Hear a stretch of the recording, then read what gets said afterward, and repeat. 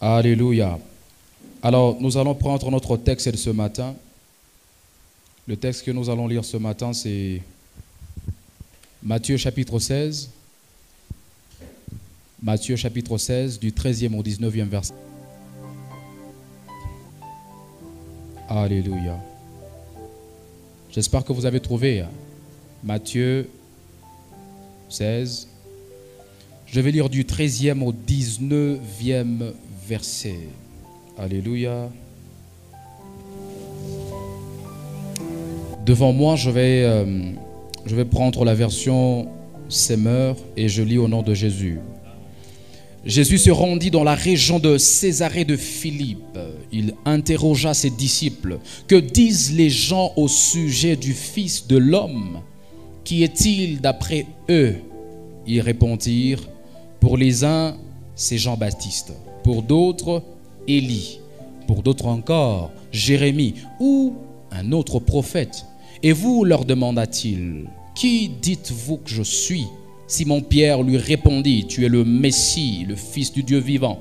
Jésus lui dit, alors, tu es heureux, Simon, fils de Jonas, car ce n'est pas de toi-même que tu as trouvé cela, c'est mon Père céleste qui te l'a révélé. Et moi, je te déclare, tu es Pierre, et sur cette pierre, j'édifierai mon église, contre laquelle la mort elle-même ne pourra rien.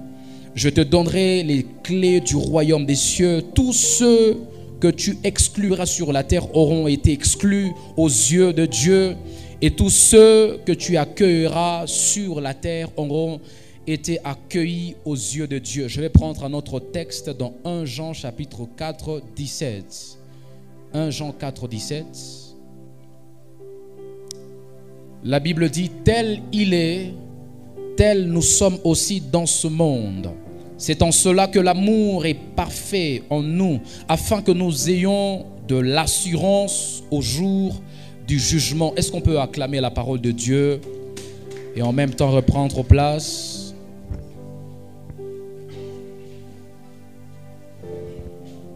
Alléluia. Alléluia. Alors j'espère que vous êtes forts autant que moi ce matin. J'espère que Dieu vous a fait grâce. Qui a aimé le culte ce matin? Jusqu'à là où nous sommes. Alléluia. Que Dieu bénisse énormément la chorale qui nous a bien conduits dans ce moment. Alors j'aimerais, avant d'entrer dans mon message, vous dire merci pour votre présence. Je l'ai toujours dit, frères et sœurs.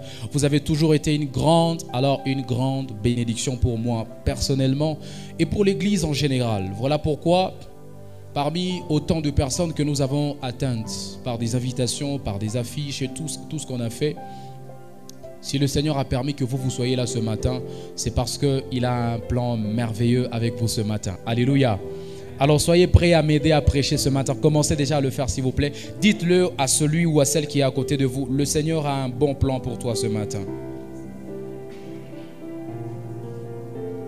Alléluia. Alléluia. Alors ce matin, je vais continuer cette série que j'ai abordée la fois passée, frères et sœurs.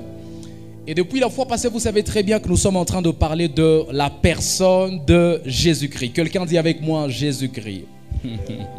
Alléluia. Nous sommes en train d'en parler depuis le dimanche passé, frères et sœurs. Et le dimanche passé, j'ai parlé de la parole faite chair, Jésus-Christ. Nous avons vu beaucoup de choses au sujet de la personne de Jésus-Christ. Nous avons commencé à apprendre des choses au sujet de Jésus-Christ. Mais d'entrée, frères et sœurs, j'aimerais vous rappeler que nous sommes dans un mois de maturité.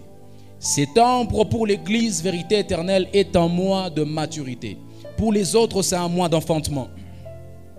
Pour les autres encore, c'est un mois, je ne sais pas, de prospérité, je ne sais pas, de développement. Mais pour l'Église Vérité Éternelle, cette Église a pour mois de septembre un mois de maturité. Voilà pourquoi nous nous sommes dit, frères et sœurs, que nous ne pouvons pas finir ce mois de septembre sans parler de la personne de Jésus-Christ. Pourquoi? Parce que Jésus-Christ est le modèle même parfait de l'Église, comme nous l'avons vu la fois passée, frères et sœurs. Si nous devons grandir, frères et sœurs, et cela dans toutes les dimensions, dans tous les domaines de la vie, le modèle parfait pour le chrétien, pour l'Église, frères et sœurs, s'appelle Jésus-Christ. Nous l'avons vu dans Éphésiens chapitre 4, au 15e verset, lorsque la Bible est en train de nous dire que nous devrions grandir à tous égards mais en celui qui est le chef de l'Église, Jésus-Christ, frères et sœurs. La Bible a commencé par dire à tous égards, c'est là que je vous ai dit la fois passée, frères et sœurs, qu'il n'y a pas un seul domaine dans la vie que Jésus-Christ n'aborde pas. Alléluia. Dans tous les domaines possibles, Jésus-Christ est là, frères et sœurs. Dans le domaine financier, il est là. Dans le monde des milliardaires, il est là. Dans le monde des millionnaires, il est là. Dans le monde des prédicateurs, il est là. Dans le monde des commerçants, il est là, frères et sœurs. C'est pourquoi dans tous ces domaines-là, il nous appelle à grandir. Dans tous ces domaines-là, il nous appelle à ne pas rester des bébés, comme nous l'avait dit la version parole vivante. Mais si nous ne devons pas rester des bébés, nous devons grandir au modèle de Jésus-Christ, frères et sœurs. Je ne suis pas en train d'exclure ceux-là que vous avez l'habitude d'appeler mentor. Je ne suis pas en train d'exclure ceux-là que vous avez l'habitude d'appeler coach. Je ne suis pas en train d'exclure ceux-là que vous appelez, je ne sais pas, encadreur spirituel, je ne sais pas, père spirituel. Ces gens-là, ils sont des bons exemples pour nous. Autant que Paul nous l'a dit, frères et sœurs, dans la Bible, il a dit, imitez-moi. Mais moi-même, là, j'ai quelqu'un que je suis en train d'imiter. Et il s'appelle Jésus-Christ. Alléluia. C'est-à-dire que nous pouvons imiter les hommes sur la terre, mais en réalité, celui que nous devons imiter par excellence, frères et sœurs, s'appelle Jésus-Christ. Parce que même les hommes là que nous imitons sur la terre imitent à leur tour Jésus-Christ. Alléluia. Et donc, frères et sœurs, Jésus-Christ est le modèle parfait de tous les chrétiens, de tous les hommes sur la terre. Et cela dans tous les domaines possibles. Dans le domaine de l'enseignement, dans le domaine, je ne sais pas, de la gestion, même dans le domaine familial, frères et sœurs, il est le modèle parfait de tous les chrétiens dans la croissance. Alléluia. Ça, c'est le domaine de la maturité. Et le processus, comme vous le savez très bien, nous l'avons appelé maturation. Maintenant, ce matin, j'aimerais vous parler du profil de cet homme-là et je vais continuer le message que j'ai abordé depuis dimanche passé. Alléluia. Quelqu'un me donne un bon amen, je commence à prêcher ce matin. Alléluia. Ce matin, j'ai la joie et encore le privilège, frères et sœurs, en tant que père de cette maison, de vous parler de la personne de Jésus-Christ. Il est non seulement le chef de cette église, mais il est surtout le chef de toutes les églises qui existent au monde. Ah, tu n'as pas compris de quoi je parle. J'étais en train de dire, le Jésus dont je veux parler ce matin est non seulement le chef de cette église, mais il est surtout le chef de toutes les églises qui ont existé depuis que la première église a existé, frères et sœurs. Le modèle suprême pour toutes ces églises s'appelle Jésus-Christ. Alléluia.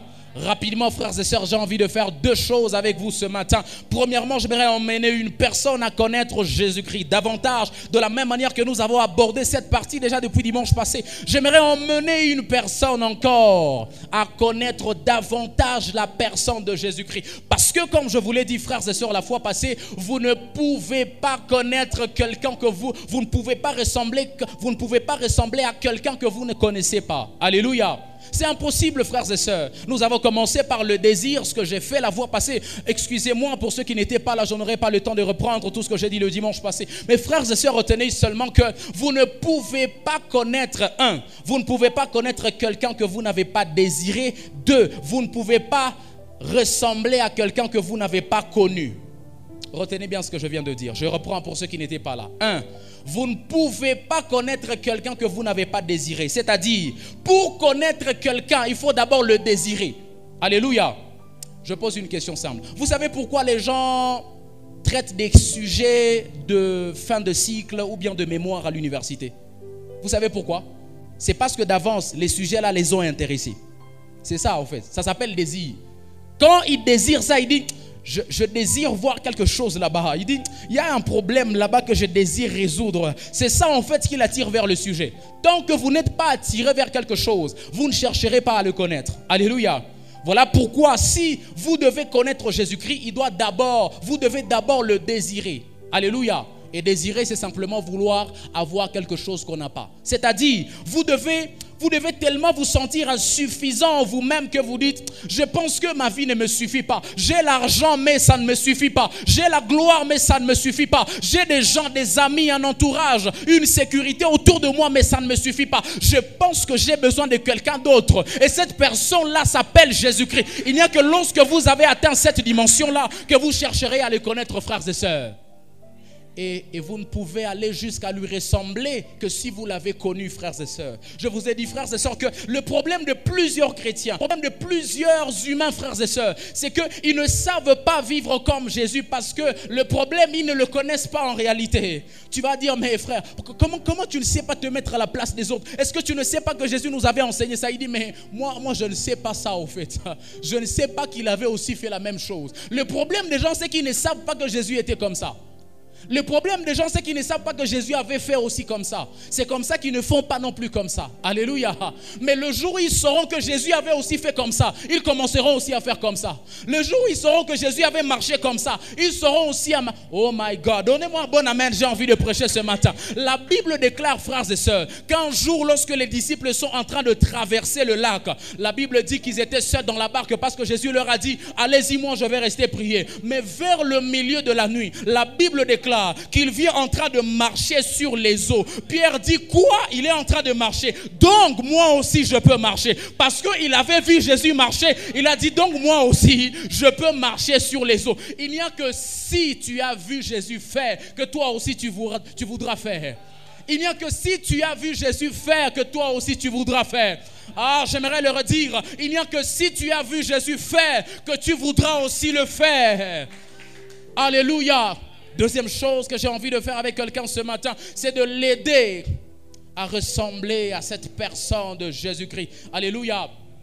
Frères et sœurs, j'aimerais qu'à la fin de mon message de ce matin, tu sois capable de ressembler, tu sois capable de faire, même si tu n'y arriveras pas, mais que tu sois capable tant soit peu d'aimer comme Jésus. C'est comme ça que les Français le disent. Ils disent que tu sois capable de donner tant soit peu comme Jésus. Alléluia. C'est-à-dire en quelque sorte, même si tu ne le feras pas parfaitement, mais que les gens disent, il a quand même tenté de faire comme Jésus. Ah, ça n'a pas tenu, mais il a quand même tenté de faire comme Jésus. Ah, ça n'a pas tenu, mais il a quand même osé. Ça, c'est la forme de Jésus. Ça, c'est les marques de Jésus. Même si tu ne le feras pas parfaitement, mais on dira, on est en train de voir Jésus dans ce qu'il est en train de faire. On est en train de voir Jésus. Ça vraiment, c'est le modèle de Jésus. Alléluia.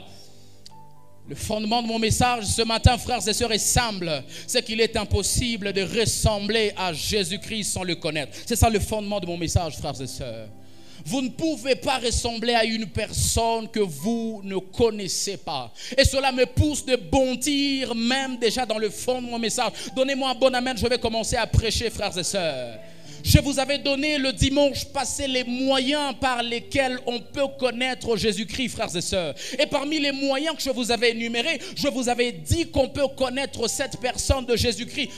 Au travers des Écritures, c'est-à-dire la parole de Dieu nous présente Jésus-Christ tel qu'il est effectivement. Et c'est le profil dont nous sommes en train de parler ce matin. Deuxième moyen par lequel on peut le connaître, c'est la prophétie. Au travers des prophéties, frères et sœurs, on peut le connaître. On va le voir tout à l'heure dans les Écritures. Je vais finir par là aujourd'hui. Et un autre moyen, frères et sœurs, ce sont les miracles. Vous savez, il y a des dimensions où Jésus n'a pas besoin de parler. Il dit, je vais agir. Il y a des dimensions où il dit, là, je n'ai pas besoin d'épuiser mon énergie. Je vais lui démontrer qui je suis. Alléluia. Le même Jésus qui était en train de se faire connaître en Galilée par des enseignements. Il était docteur de la parole. C'est le même Jésus qui, lorsqu'il est arrivé à Gadara, il a dit, ici, je n'ai pas besoin de parler. Je vais commencer par guérir un fou dont tout le monde a peur. Ce jour-là, il a dit, je ne parlerai pas, mais ils sauront qui je suis au travers de ce que j'aurai fait. Oh, tu n'as pas compris de quoi je parle.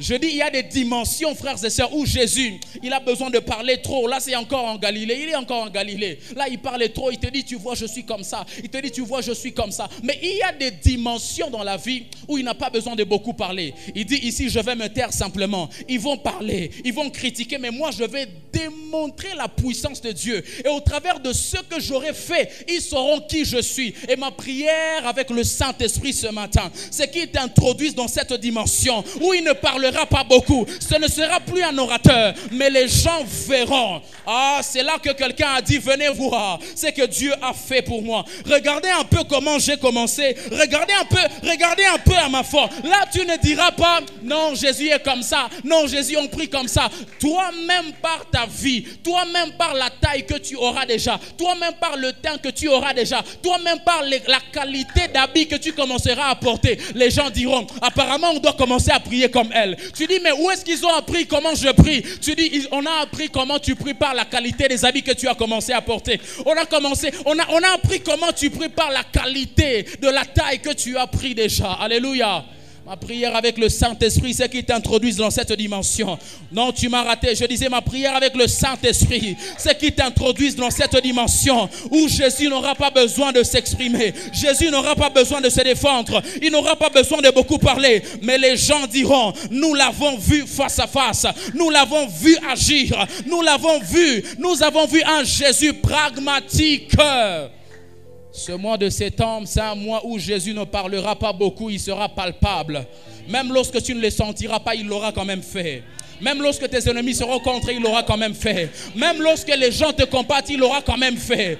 Vous savez ce que j'aime avec Jésus, c'est que lui, il ne dépend pas de combien d'ennemis sont derrière toi. Mais lui, il regarde seulement à ce qu'il avait dit. Malgré tout ce qu'il avait dit, il fait quand même cela. Il fait quand même cela malgré tous ceux qui sont à gauche, malgré tous ceux qui sont à droite. Voilà pourquoi, dans Psaume 91, oh my God, il dit 1000 tomberont à ta gauche et 10 000 à ta droite. C'est-à-dire, ils sont quand même là, mais parce que j'ai déjà dit que tu ne seras pas atteint, ils tomberont quand même. Ah, je déclare et je décrète dans le nom de Jésus sur quelqu'un qui est combattu dans cette salle. Ce matin, je suis en train de dire que tu ne seras pas atteint au nom de Jésus. Je disais que tu ne seras pas atteint au nom de Jésus de Nazareth. Alléluia. Frères et sœurs, j'aimerais continuer ce que j'ai dit la fois passée. Premièrement, je vous ai montré la fois passée que Jésus-Christ est le sauveur de l'humanité. Deuxièmement, je vous ai montré, frères et sœurs, que Jésus-Christ était élevé au-dessus de toutes choses. Retenez ce matin, frères et sœurs, que Jésus-Christ est le roi des rois. Quelqu'un dit avec moi, Jésus-Christ est le roi des rois.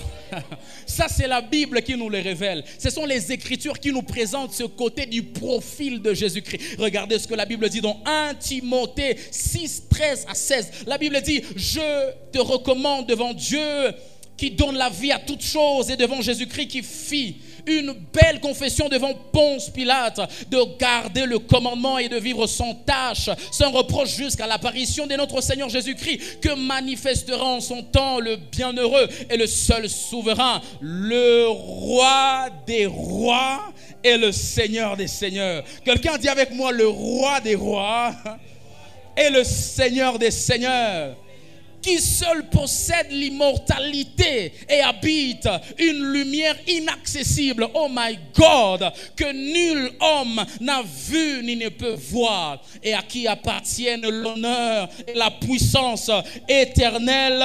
Amen. Frères et sœurs, lorsque la Bible nous présente Jésus-Christ comme le roi des rois, cela veut simplement dire une chose que j'aimerais vous donner. Cela veut simplement dire que lorsqu'on a reçu dans ses devoirs le contrôle de quelque chose, il ne faut permettre à personne de franchir la ligne rouge. Permettez-moi de me donner un bon amen, je vais commencer à prêcher. Donnez-moi la liberté d'expression ce matin. Alléluia. Frères et sœurs, lorsque vous regardez Jésus-Christ qu'on nous a présenté comme le roi des rois, frères et sœurs, je vous ai dit que cela veut dire simplement ceci. Lorsque on t'a donné de contrôler quelque chose, lorsqu'on t'a donné dans tes devoirs le contrôle de quelque chose, il ne faut jamais permettre à quelqu'un d'autre de franchir la ligne droite. Regardez, lorsque la Bible dit qu'il est le roi des rois, c'est-à-dire que vous savez que le rôle des rois, c'est de gouverner sur un peuple. Alléluia. C'est-à-dire les rois ont une main mise sur les hommes. Lorsqu'on dit que je suis le roi ici, si vous êtes 50 ici, c'est que j'ai le pouvoir de décider sur celui que je veux. J'ai le pouvoir, j'ai main mise sur tout le monde qui est ici. Alléluia.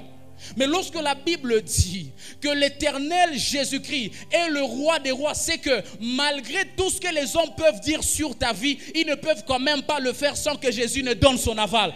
Tu n'as pas compris de quoi je parle. J'étais en train de dire, si la Bible dit que Jésus est le roi des rois, c'est qu'il ne peut jamais permettre à personne de franchir le carré sur lequel on a établi autour de toi sans que lui-même ne donne son aval.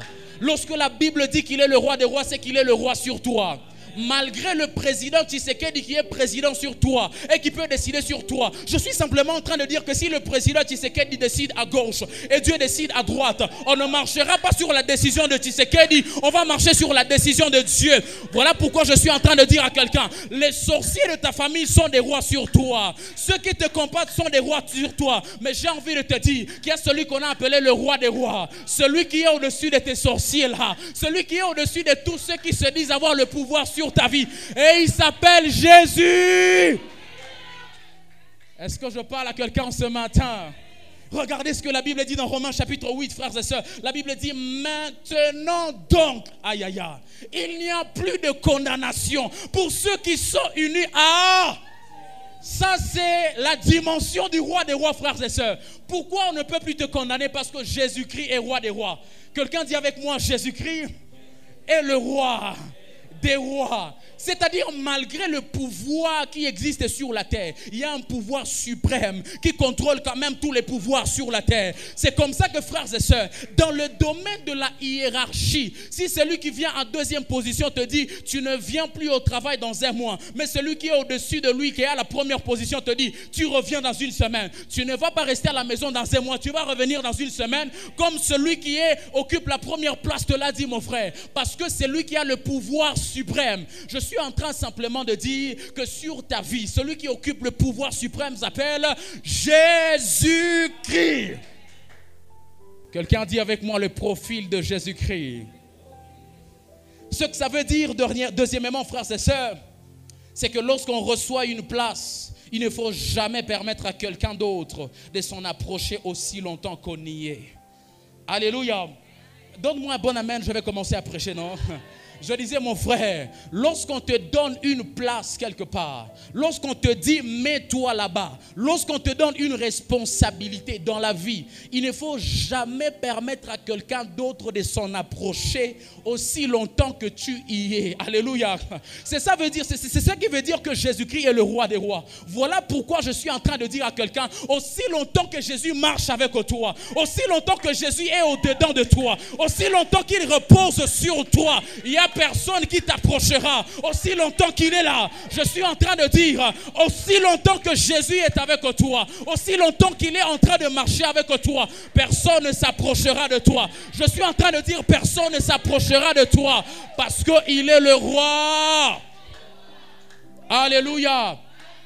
Cela veut dire, troisièmement, frères et sœurs, que dans la vie, il faut tout faire pour dépasser en force, comme dans tous les domaines possibles, si l'on en a le pouvoir, tous ceux qui semblent être de sa race.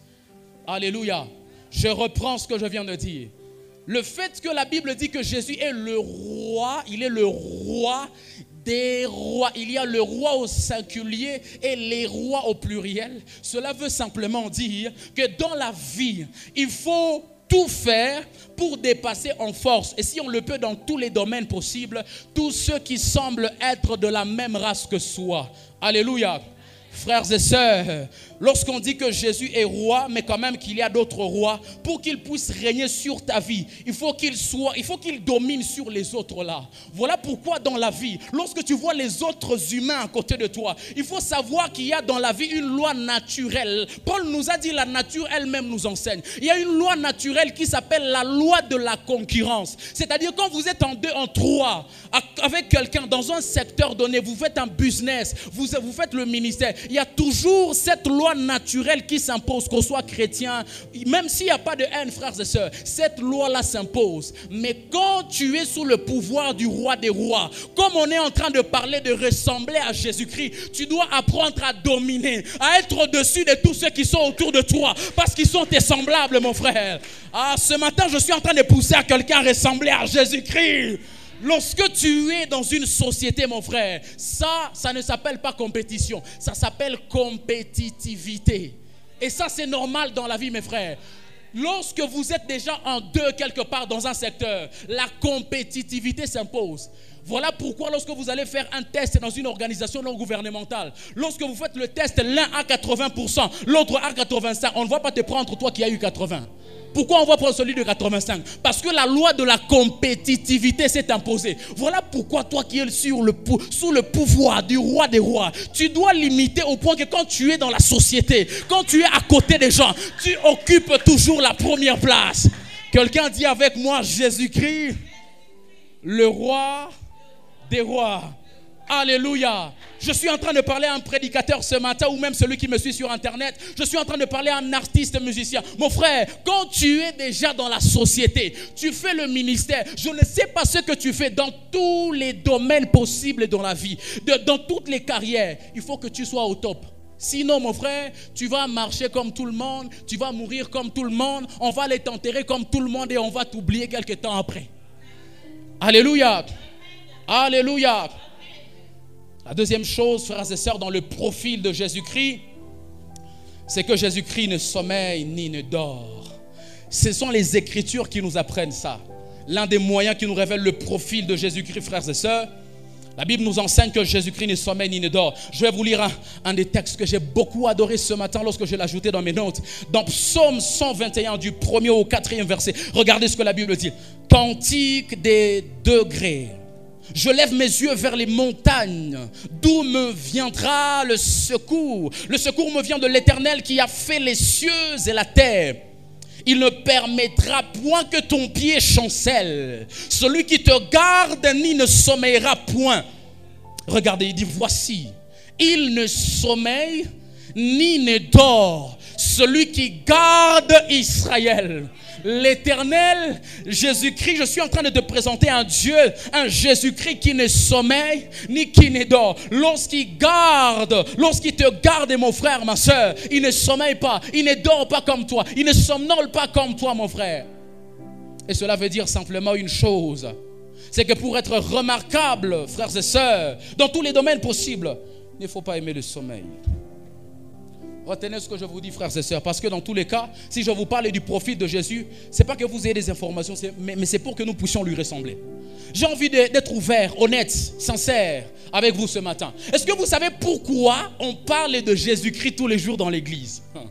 J'ai envie de choquer le monde aujourd'hui. Vous me suivez sur internet, j'ai envie de vous dire ce matin, on ne parlait pas de Jésus-Christ tous les jours dans l'église. Il avait été le sauveur de l'humanité comme nous l'avons dit le dimanche passé. Frères et sœurs, l'une des choses pour lesquelles on n'arrête jamais de parler de Jésus-Christ dans l'église, c'est parce qu'il ne sommeille ni ne dort. C'est-à-dire ceux qui veulent parler de lui la nuit, ils sont là, il est aussi là avec eux. Ceux qui veulent parler de lui le matin, il est quand même là avec eux. Ceux qui, même quand tu as envie de l'oublier, quoi, il te rappelle, je suis là, je suis là, je suis là. Pourquoi? Parce qu'il ne sommeille ni ne dort. Tu sais pourquoi on t'oublie souvent même de t'ajouter sur la liste des gens qui doivent recevoir leur salaire? C'est parce que tu dors trop. Des fois, c'est parce que tu es absent, tu vois. Quand tu es là, tu vas dire, je ne suis pas encore sur la liste, non? Tu vois. Voilà pourquoi tu ne peux pas oublier de parler de... Jésus n'arrêtera jamais d'être la star, mes frères. Voilà pourquoi la Bible déclare, lorsque nous l'avons lu dans Philippiens chapitre 2, la Bible dit, il a tellement été élevé que même dans l'enfer, même en enfer, il est Seigneur. La Bible a dit que toutes les langues confessent que Jésus-Christ, même en enfer, ça veut dire quand la Bible dit que toutes les langues confessent que Jésus-Christ est Seigneur, c'est qu'il arrive des fois que même le diable lui-même confesse que Jésus-Christ est Seigneur. Ça c'est la parole, mes frères. Pourquoi? Parce qu'il ne sommeille ni ne dort. Lui, il se rassure qu'il est partout, mes frères. Il se rassure qu'il est dans tous les... C'est pourquoi j'ai même envie de dire à quelqu'un, Jésus n'est même pas dans le temps, frères et sœurs. En réalité, il n'est pas dans le temps que nous sommes en train de subir. Parce que lui, il est dans ce qu'on appelle l'éternité, frères et sœurs. Lui, il ne compte pas de secondes. Lui, il ne compte pas de minutes. Lui, il ne compte pas d'heures, frères et sœurs. Parce qu'il ne sommeille ni ne dort. Vous savez pourquoi nous on dort?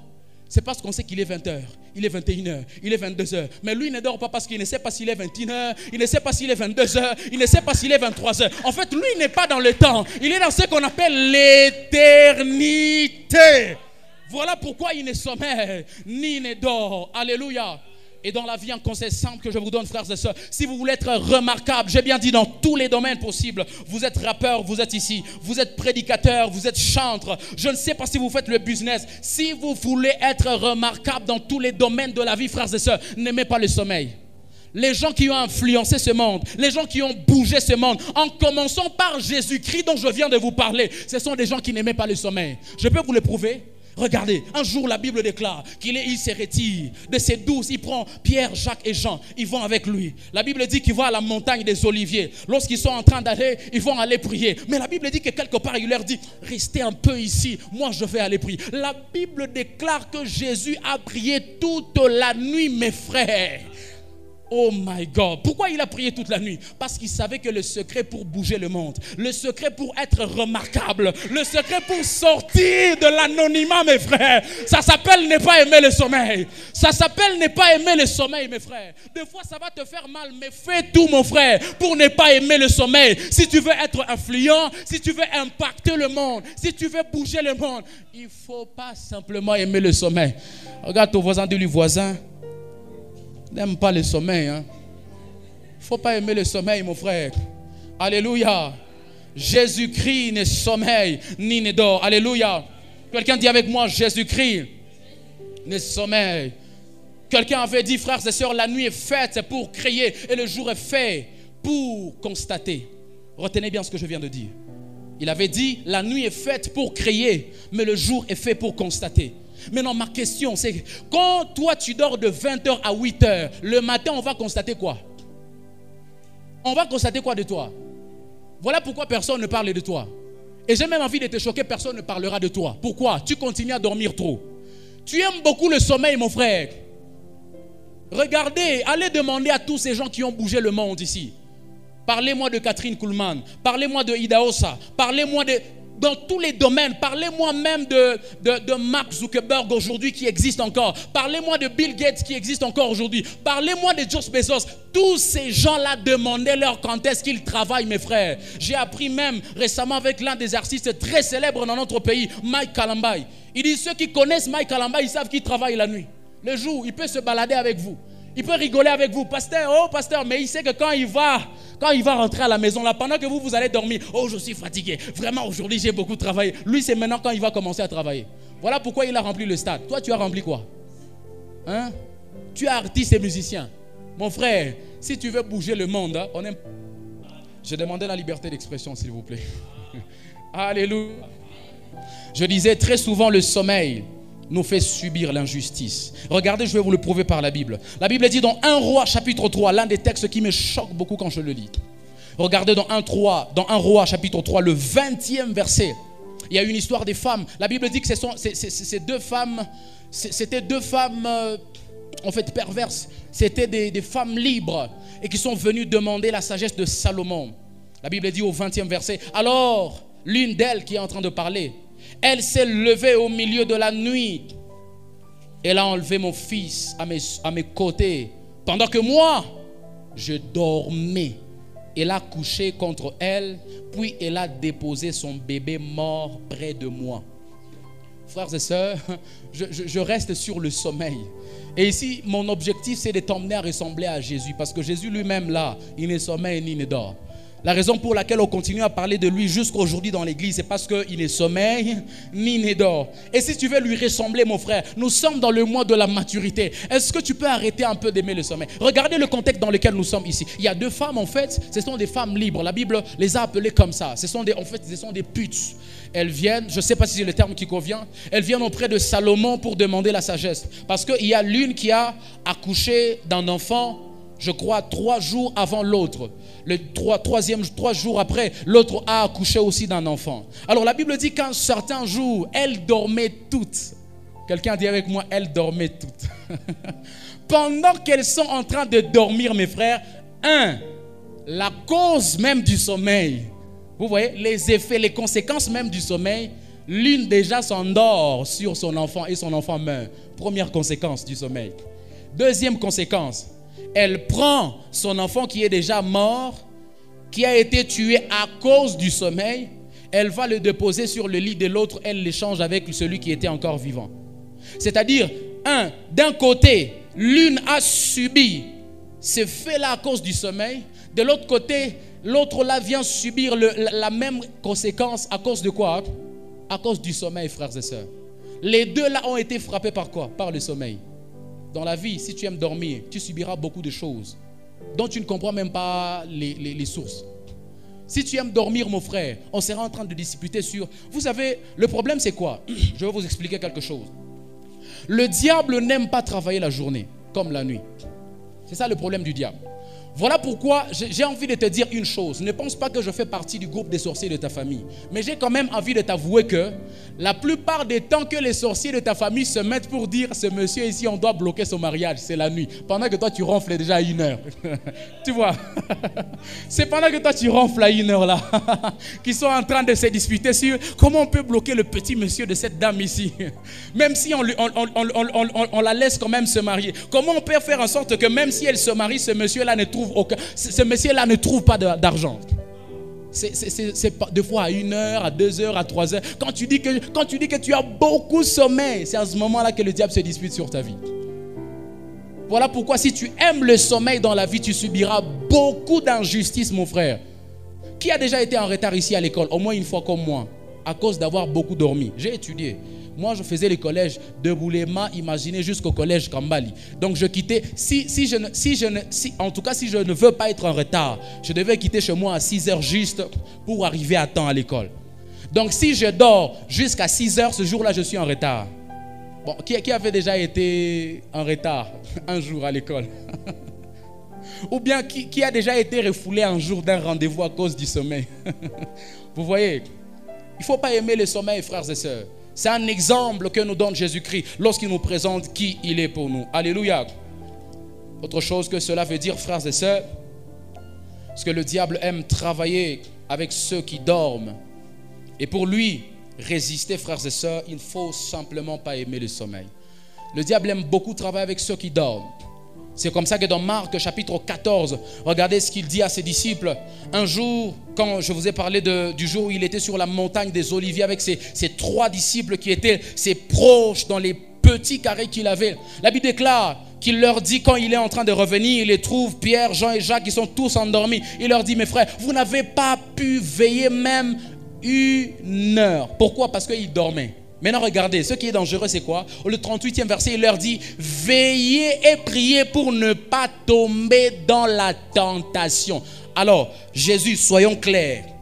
Si on ne devait pas tomber dans la tentation, pourquoi tu nous as demandé de veiller? Bon, il sait normalement que nous, le jour, on n'aime pas dormir, non? Il sait que la journée, généralement, les gens ne dorment pas. C'est-à-dire que la journée, les tentations ne sont pas aussi multiples que la nuit. Voilà pourquoi il les a mis en garde pour leur dire, mes frères, l'esprit est bien disposé, mais la chair est faible.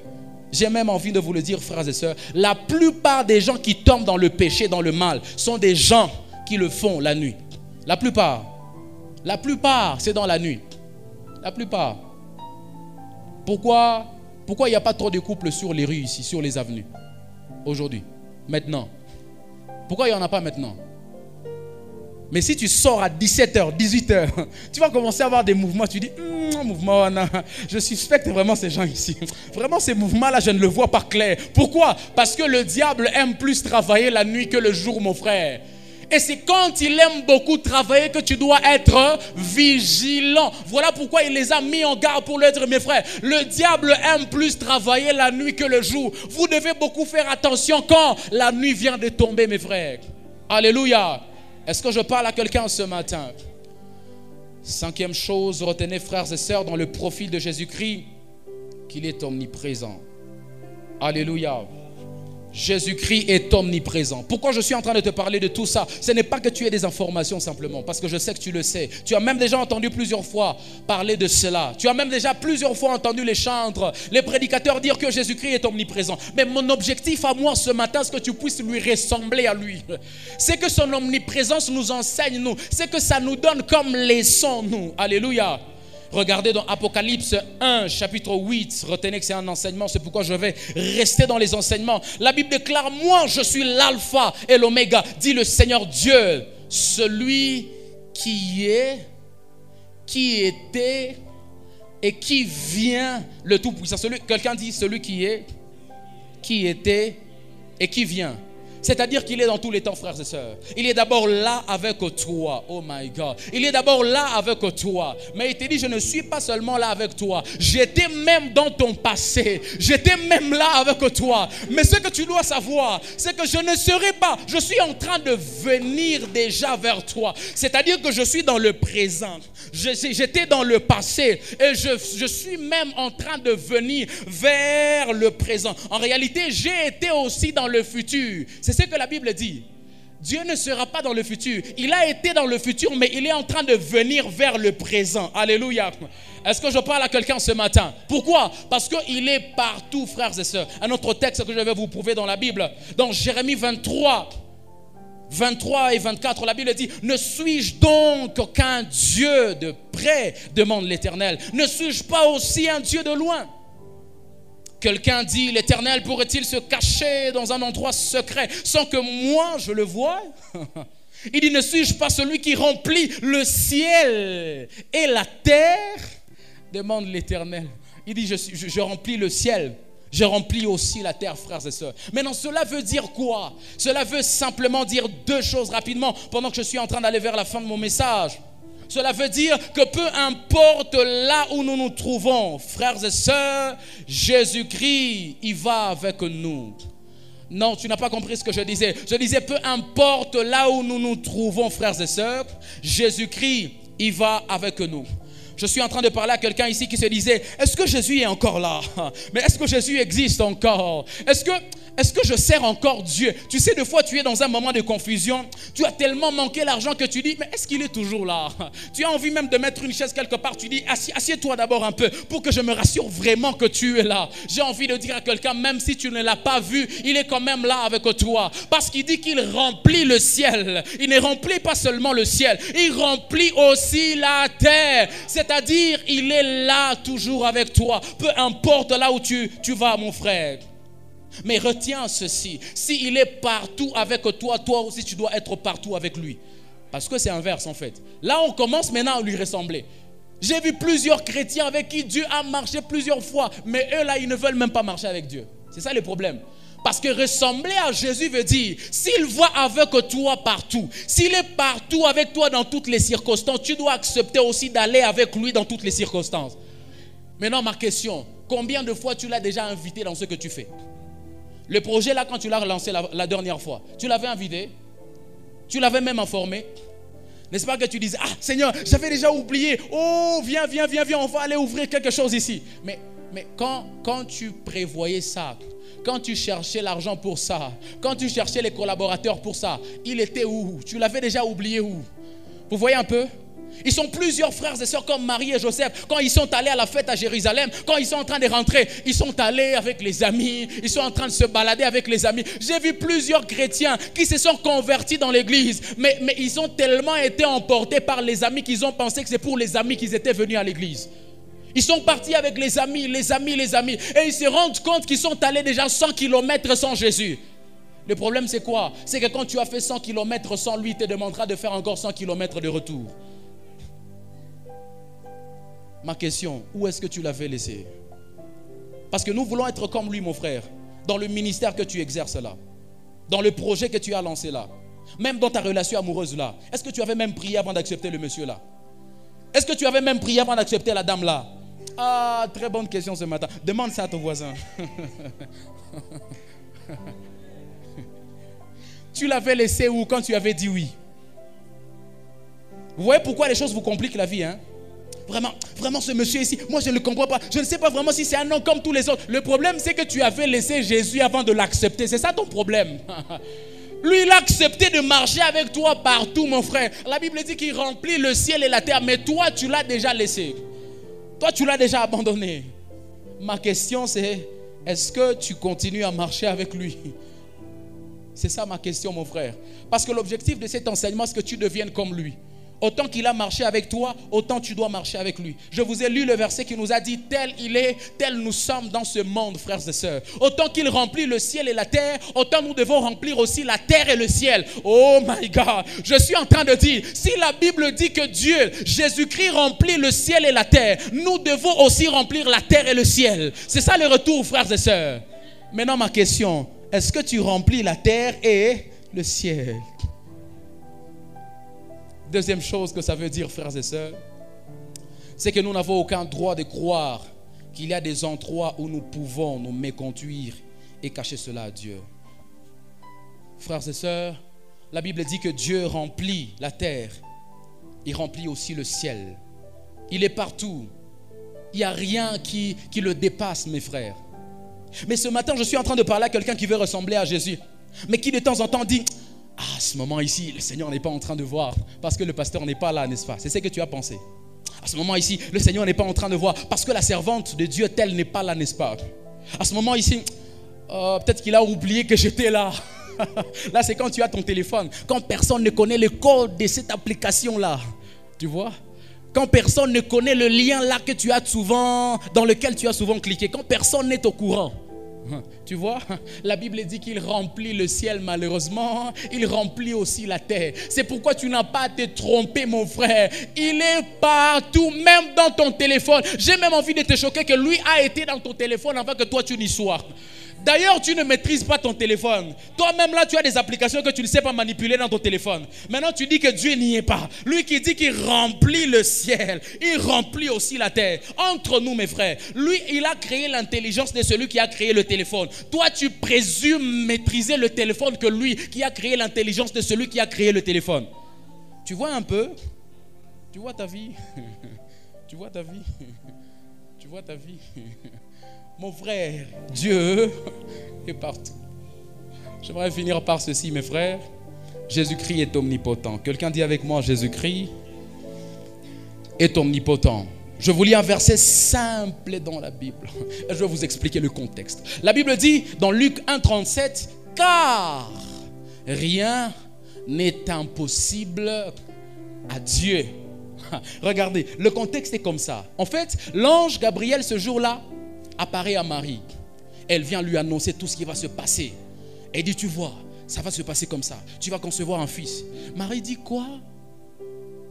Je pense que dans son cœur, elle dit: est-ce que tu peux reprendre ce que tu viens de dire là? Gabriel dit: tu vois, l'Esprit de Dieu, il viendra, il reposera sur toi, et puis tu concevras un fils, et puis ça se passera comme ça. Et là. Quand il finit d'expliquer, Marie dit: comment cela se fera?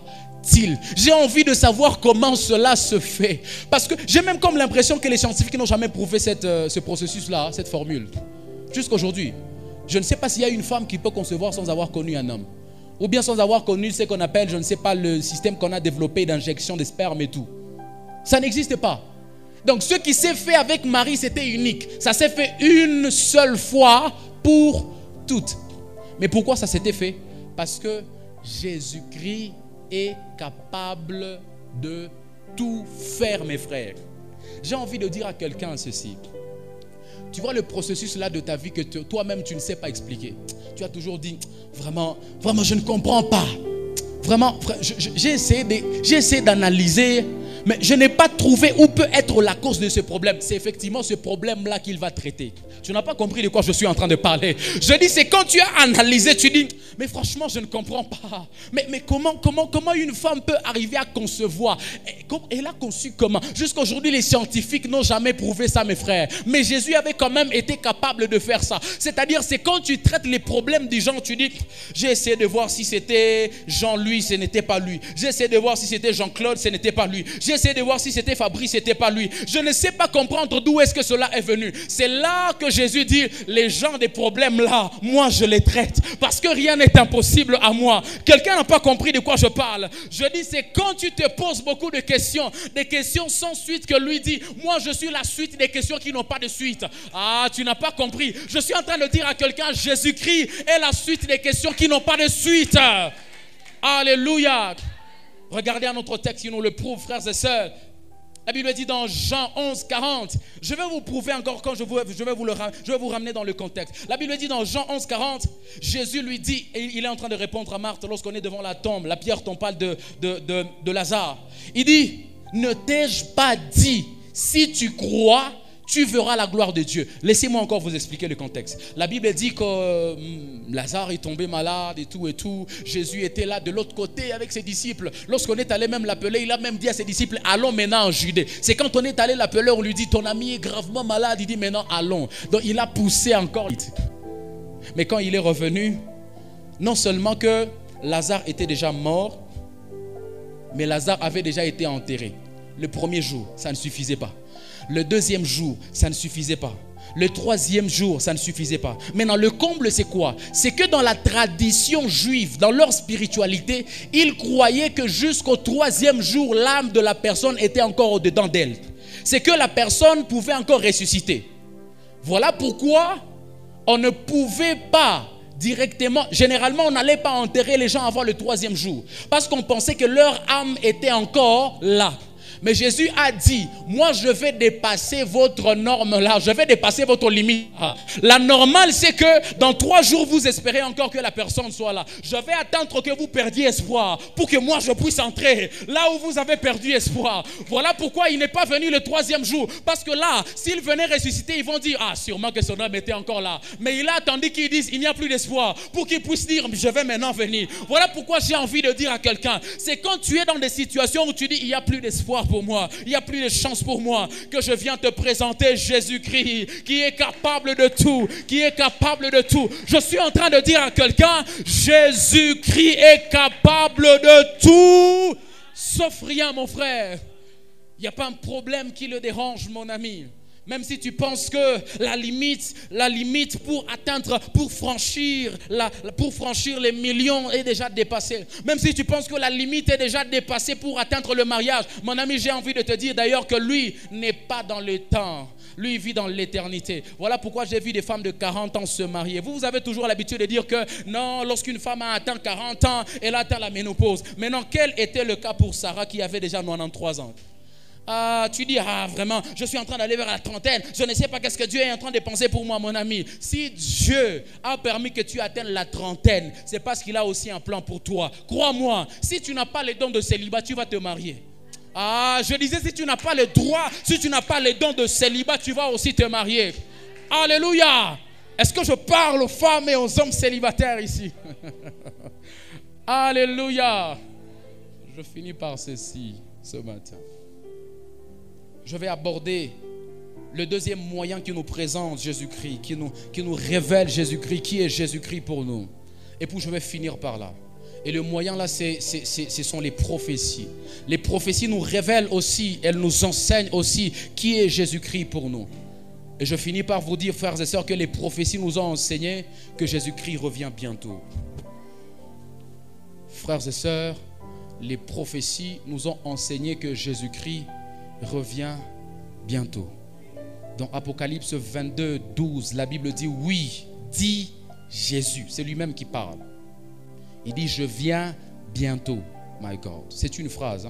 Il dit, oui, dit Jésus. Je viens bientôt. C'est Jean qui est en train de prophétiser. Il parle de la part de Dieu dans Apocalypse. Je reprends. Oui, dit Jésus. Je viens bientôt. J'apporte avec moi mes récompenses pour rendre à chacun selon ce qu'il aura fait. Alléluia. Cela nous apprend rapidement 2 choses et je conclus mon message. Premièrement, frères et sœurs, nous n'avons pas tout le temps pour conformer notre vie à Jésus-Christ. Ce n'est pas demain, c'est aujourd'hui. Il n'y a aucun prédicateur, aucun théologien qui peut me dire que jusqu'à maintenant, il a des arguments, il a tous les arguments possibles pour me prouver que Jésus ne peut pas revenir à 18h. Ça n'existe pas. Moi-même, je vais vous chercher ça ici dans la Bible, je ne trouverai jamais. Il n'y a pas d'épreuve théologique, il n'y a pas d'épreuve doctrinale, il n'y a pas d'épreuve scientifique qui nous démontre noir sur blanc que Jésus ne peut pas revenir à ce 18h ici. Il n'existe pas, mes frères. Et donc, même pendant que je vous parle, il peut revenir. Dans les 30 minutes après que je suis en train de vous parler, il peut revenir. Ça, c'est la prophétie, frères et sœurs. Et vous devez le retenir comme ça. Si nous devons commencer à conformer notre vie à Jésus, mes frères, ce n'est pas dans une semaine. Tu vois ce que tu as toujours fait quand tu dis, bon, je me donne encore une semaine. Tu as toujours dit, tu te donnes encore une semaine. Pendant qu'il te dit que même le souffle de vie là n'est pas entre tes mains. Pendant qu'il te dit que le lendemain ne t'appartient pas. Il t'a demandé dans Matthieu de te contenter seulement d'aujourd'hui. Mais que le lendemain lui appartient. Toi, tu dis, je me donne encore une semaine. Tu as quel pouvoir? Quand tu as toujours dit, le mois prochain, je vais faire. Est-ce que tu sais que tu vas arriver au mois prochain? Quand tu as toujours dit, en 2025, il faut que je me marie. Qui vous avait dit que tout le monde se mariera avant qu'on aille au ciel, mes frères? Oh non, le pasteur Caleb, il est encore célibataire. On t'avait dit que le pasteur Caleb se mariera avant que Jésus ne revienne. Tu ne sais pas qui peut venir pendant que je suis encore célibataire. Et donc, je n'ai pas le droit de dire, je serai comme Jésus. Je vais commencer à arranger ma vie quand je vais avoir une femme. Je vais commencer à arranger ma vie quand je vais avoir un mari. Mon frère, ce n'est pas demain, c'est aujourd'hui. Lui-même, Jésus, quand il parlait, le dernier discours qu'il a adressé à ses disciples, il leur a dit, mes amis, n'attendez pas que tout le monde meure pour penser que c'est la fin du monde. Il dit, il y a même plusieurs qui ne mourront pas, mes frères. Et je sais que c'est l'idée que vous avez plusieurs fois ici. Vous avez toujours pensé qu'un jour vous mourrez. Qui vous avait dit que vous mourrez aussi? Vous ne savez pas que Jésus peut revenir maintenant avant même votre mort? Mais c'est la Bible. C'est pourquoi pour conformer votre vie à Jésus, ça ne demande pas une semaine. Ça ne demande pas un mois, mon frère. C'est aujourd'hui que tu dois ressembler à Jésus. C'est aujourd'hui que tu dois conformer ta vie à Jésus-Christ. Deuxième chose et la dernière, c'est que nous n'avons pas le temps à donner au monde, frères et sœurs. Nous n'avons pas le temps à donner au monde. Je suis en train de dire à quelqu'un, nous n'avons pas le temps à donner au monde. Le temps que tu as toujours donné au commérage, à la médisance, à l'envie, à l'hypocrisie, à l'orgueil, à la haine. Mon frère, on n'a pas le temps pour ça. Parce que demain ne nous appartient pas. Même 18 heures d'aujourd'hui ne nous appartient pas, mon frère. Même 19 heures d'aujourd'hui ne nous appartient pas. C'est pourquoi tu dois être là à te contenter de ce que Dieu t'a donné. J'ai dit un jour, quelque part, je prêchais dans un ministère. Je leur ai dit, mes frères, on ne devient pas chrétien, on est chrétien. Le verbe, si c'était un verbe, si chrétien était un verbe, il ne se conjugue pas au futur, mes frères. Il se conjugue seulement au présent. Parce que le futur là ne nous appartient pas. Quelqu'un dit non, je vais commencer à ressembler à Jésus le mois prochain. Pasteur, attendez un peu que je finisse ce projet ici. Qui t'avait dit que tu finiras le projet en question pour que Jésus revienne? Qui t'avait dit que Jésus attendait que tu finisses le projet là? Qui t'avait dit que Jésus attendait que tu sois riche? Qui t'avait dit que Jésus attendait que tu te maries pour qu'il revienne? Mon frère, le temps de ressembler à Jésus, c'est aujourd'hui, c'est pas demain. Je n'ai pas prévu finir mon message comme ça ce matin. Mais si je ne l'ai pas prévu, je pense que le Seigneur a trouvé qu'il y avait une personne ici qui devait arranger sa vie avec lui. Et si c'est une personne, ça m'aura satisfait, puisque dans tous les cas, le Seigneur peut changer la trajectoire ou le penchant d'un message juste à cause d'une seule personne. Et si tu es là ce matin, tu penses que tu dois donner ta vie à Jésus-Christ, je te lance cet appel ce matin. Je t'ai parlé de lui, mais écoute une chose avant que tu ne lèves ta main. Il t'aime tel qu'il est d'abord, et puis il t'aime tel que toi tu es. Le Seigneur ne peut pas t'aimer pour tes qualités. Le Seigneur ne peut pas t'aimer parce que tu fais du bien.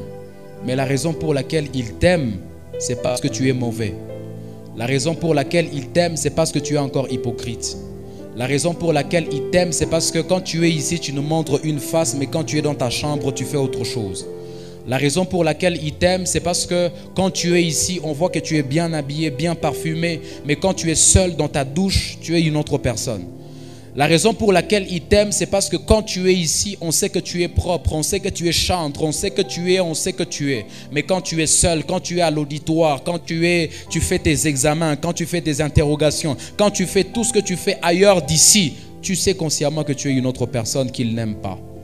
Voilà pourquoi ce matin, je te lance un appel pendant que nous sommes en train de finir notre culte. Si tu es là et tu sais que tu dois lui donner ta vie, lève légèrement ta main.